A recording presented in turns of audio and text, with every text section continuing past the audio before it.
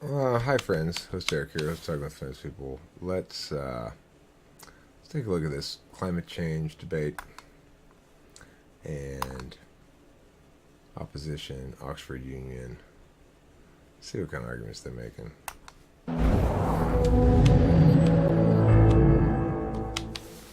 And now look to Kriti Joshi, Hertford College, to open the case with or without beatboxing for the opposition.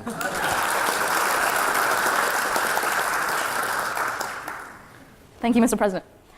It was the best of times, it was the worst of times. One of the most iconic quotes of English literature, and also from one of my favorite novels. Tonight, ladies and gentlemen, I would like to share with you briefly not a tale of two cities, but a tale of two planets. Earth and Venus are essentially the same size, essentially the same distance from the sun, and both have exactly the same amount of carbon.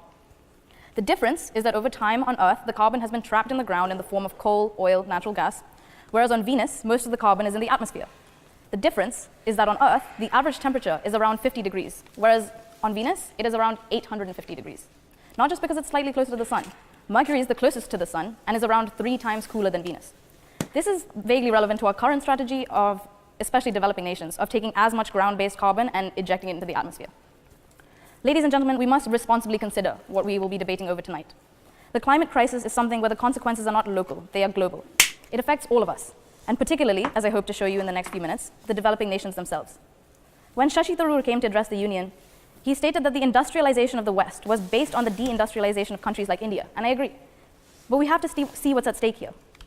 The climate crisis is causing reduced growing seasons, changing range of disease, droughts, species extinctions, severe storms. If anything, as Jack said, the West owe it to developing nations, such as India, to work together, share technologies and strategies that can help them not mirror the same mistakes the British made in the Industrial Revolution of the 20th century. But before I take us further into this nightmare on St. Michael's Street, it falls upon me to introduce... Why are you agreeing to an obligation by developed nations towards developing nations regarding mitigating the impacts of climate change? I bet that's the resolution, right? Developed nations have an obligation to mitigate the impacts of climate change. That would be one possible expression of this resolution. Regardless, that's one of the argument lines that the proposition, as they call it. I hate this kind of debate. This isn't real debate. But it's one of the arguments that the proposition made that there's an obligation by developed nations to mitigate the effect of climate change because they've done the damage and the harms are being incurred by developing nations. But I think it's a very specious argument because the only reason that nations who are developing are even developing at all is because the West successfully attained industrialization and capitalization of a variety of things that prior hadn't been capitalized. So it's absurd to say that the vastly higher standard of living afforded to India, for example, because of the groundbreaking work of the West, than otherwise would have been attained by India or was ever attained prior to the arrival of the British, that the unequaled level of social equity and justice in India that never would have been attained had it not been for the British coming in and conquering the country is ample recompense for whatever damage they may sustain from climate change, which was neither foreseeable nor intentional at the time it was accomplished, right? The other thing is we don't know if there's what the curve is on carbon. It could be nonlinear, and it probably is nonlinear. The question is it accelerating or decelerating? If in fact there's a ceiling to the amount of carbon that can continue to cause atmospheric impacts, which there might be various feedback loops, or it might simply be a matter of redundancy. At a certain point, the amount of carbon no longer heats up the atmosphere because of redundancy or something like that. It could be factors we just don't even know yet. The fact is, the math has not been done on the curve regarding the injection of more carbon into the atmosphere. Is it one? I mean, does it cause as much warming as earlier chunks of carbon caused? Or does it cause more warming? Will future chunks of carbon cause the same amount of warming as current chunks of carbon, or maybe less warming? Until that question is answered, we don't really know how much good can be accomplished by these limiting of carbon emissions right now. We do know that a lot of economic harm can be caused and will be caused necessarily by any meaningful limits on carbon emissions. So remembering that economic prosperity is the engine of our solvency. It's how we achieve solvency for problems. When we're prosperous, we can devote resources towards advancement.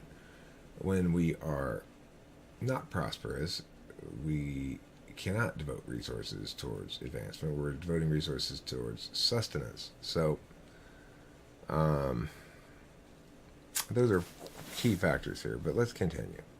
I mean, the thing is, I'm opposed to taking any kind of significant action regarding climate change that's coordinated or organized. It's not possible. The human race isn't organized enough.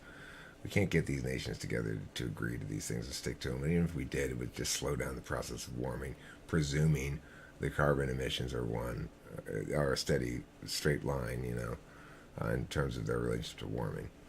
And that's not a foregone conclusion at all. And the reality is, this, to whatever extent, however that question plays out, this thing is only going to be solved by either a bunch of small proactive efforts, which are basically, effort directed towards sequestering carbon, either in rocks or something else, or at the bottom of the ocean or whatever. And there's a lot of different little things that can be done to sequester some carbon. And if they were done all over the world, as sort of a hive carbon sequestration flash mob, global flash mob, a global carbon sequestration flash mob. That's what we need to solve climate change. Because there's lots of things you can do to, for example, you could breed a sea otter, put them in the ocean. That would help, because those pesky anemones that eat the kelp that sequesters carbon, well, the sea otters eat them, so that helps a little bit. You could plant a tree or something. But the thing is, the best solutions are ones that have a little bit more robustness than that. For example, ion seeding the Antarctic Sea in order to cause algae blooms, which will sequester a lot of carbon and then sink to the bottom of the ocean, seems like a promising route.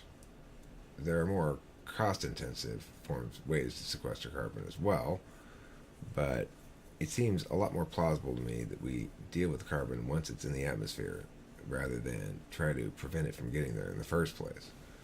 After all, every human being on the planet produces carbon when they breathe out, and so does every other animal on the planet. Okay, let's proceed forward. Use the members of the opposition. I tried. We have just had the pleasure of hearing Jack Woolett's fine speech. Jack, who studies engineering at Pembroke College, is one of the most genuine and kind people that I know, and became a very close friend of mine during the 2 whole days. Oh my God. I fucking hate this garbage. This is not part of a debate round. This crap is... This is not real debate. He spent at the Union over the back. So... I struggled to find anything particularly juicy from his friends to bring up tonight. Jack, your speech was great, but I will have to explain to my family in India, who will listen to this debate on Audible, that the lower voice on the recording is actually mine. Next in proposition, we have Peter Lilly, who is a British Conservative Party politician who has been a member of Parliament since 1983. He has served as Secretary of State for Trade and Industry under Margaret Thatcher, and currently serves on the Environmental Audit Select Committee, and is extremely qualified to speak on this debate. I look forward to hearing your thoughts on this very current topic. And finally, we will have the pleasure of hearing from Dr. Paul Oquist, who has served as a minister of the government of Nicaragua. Stupid. Excited to hear. Not relevant. Mr. President, these are your speakers, and they are most welcome. I was sitting with my cousin on our veranda. All right, fine. I accept that. Misquote of your statistic, but it still applies. Old, my cousin. So she did like the classic thing of, with her painting, she left out the sky, and I, as a proud art A-level student, said to her, why don't you just fill this whole place, this white space here with color? And she literally turns to me, and she's like, Kriti, I don't have enough brown. And I'm like, okay, the Indian sky is not blue, it's gray, it's opaque. You can literally go outside and feel the pollution filling your lungs. We think of the sky as a vast, limitless expanse, but the reality is it's just a thin shell which continues to crack under the blunt hammer of our daily emissions. The accumulated amount of man-made global warming pollution that is up in the atmosphere in that thin shell is trapping the energy equivalent of 400,000 Hiroshima-class atomic bombs exploding every 24 hours, 365 days a year. Just picture that. Inherency arguments. Okay, so first of all, is trapping the energy of.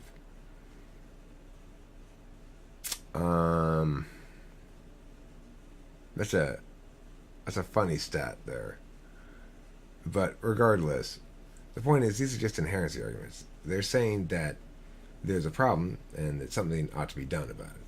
Well, nobody's disputing there's a problem and something ought to be done about it. The question is, what's a meaningful course of action that's going to have solvency, in which the benefits outweigh the harms, and has a high probability of actually attaining those impacts, and the impacts are significant enough to matter. That's a very difficult advocacy to find. I think my global flash mob of carbon sequestration is probably a better advocacy than whatever y'all are advocating, which is certainly developed nations mitigate the effects of climate change or something like that. So I hate this kind of debate.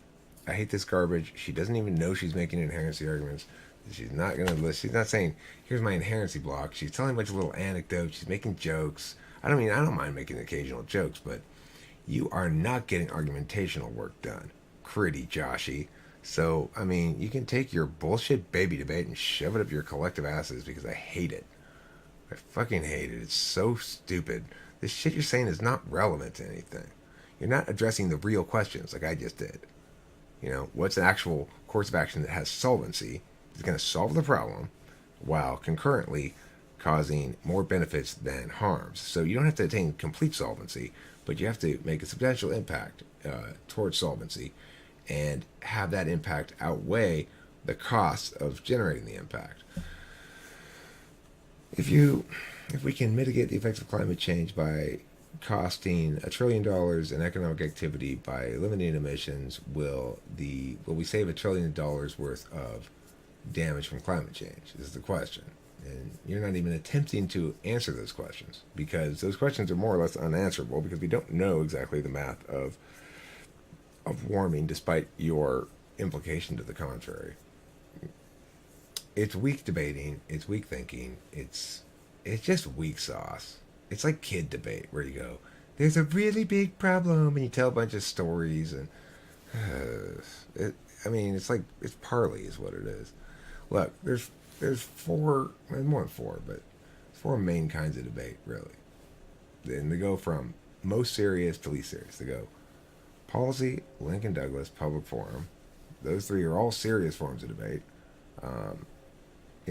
It's like policies go, Lincoln Douglas is chess, PF is checkers, public forum's checkers. Shorter round, shorter speeches, less time to do argumentational work, less kind of arguments permissible. And then there's parley or Congress, parley in Congress, or spar. These things are, spar is a more real debate format than this, because at least real spar is a flow debate format. You're supposed to write down the arguments and respond to them and stuff like that. It's just non-prepped and non-evidentiary. But this parley shit is, you're supposed to be like charismatic, I guess, or something. Real debate has a certain amount of emphasis on speaking as well, but it's not trying to be personable like this. You're trying to actually get argumentational work done. The more real the form of debate, the faster people go. In policy debate, they go lightning fast, and they flash drive over their cases to each other so that you can follow along when they're reading. It's called spreading or speed reading. It's a push together word of speed reading. Portmanteau, I guess. Yeah, this is garbage. Alright, debate police, you get a loss. Sorry. You and your opposition, the proposition, your whole Oxford Union gets a loss, okay? You get an L on your record. and it's on your forehead. It gets branded onto your forehead because you lose for failing to be good, and you lose because Oxford Union have 507,000 subscribers with this bullshit non-debate